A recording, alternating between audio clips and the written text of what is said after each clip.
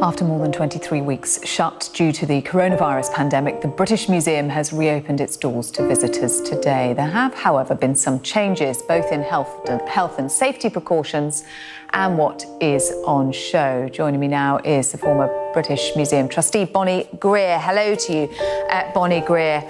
Hans Sloane bust. What's happened? What's happened with what? Sloane? Yes, with Sloane, the bust of Hans Sloane, the founding father of the British Museum. Where is he? Oh, right. Okay. We took him off the pedestal and put him in a case with all his goods. And I helped rewrite the narrative about him because, you know, he got his money to be able to start the collection of the British Museum and the British Library and the Natural History Museum, by the way, through the slave trade. So the museum wants to reflect that, and it's the beginning of a process where the museum is going to look at everything and really, on the first level, start to tell different stories and fuller stories. So that's what happened to him. Well, he's still around. He's just like with his stuff now.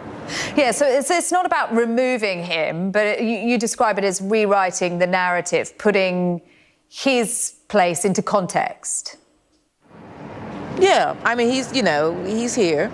So all the people are screaming about it, you know, they're wrong, he's in here.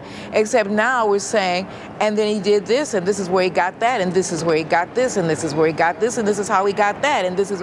So that's what a museum is kind of for, is to tell you information like that and let you think about it. So that's what we're doing, but he's still here. It comes, doesn't it, in the week when we've had the row about last night of the proms, Rule Britannia. Boris Johnson saying that we've got to stop this cringing embarrassment about our history, and he described it a fight of self-recrimination and wetness. Is that what this is part of? Well, look, from my point of view, it's called education. Nobody's embarrassed about anything. I mean, when you find out something, you relate to it, you react to it. I mean, that's really what's happening. You find out more and more information. That's what a museum does. It gets smarter and smarter and smarter, and then it adjusts itself. That's life. And for people to sort of rush around with their hair on fire saying, oh my God, I mean, this is a new discovery, and the museum is discovering things all the time, and there are going to be more things that are going to be happening in here that some people are going to be screaming about. But that's the museum learning, and that's the museum responding to its own learning. And as a public-facing institution, the museum has to listen to people too, not do what they say, but listen. And so it's a dynamic process.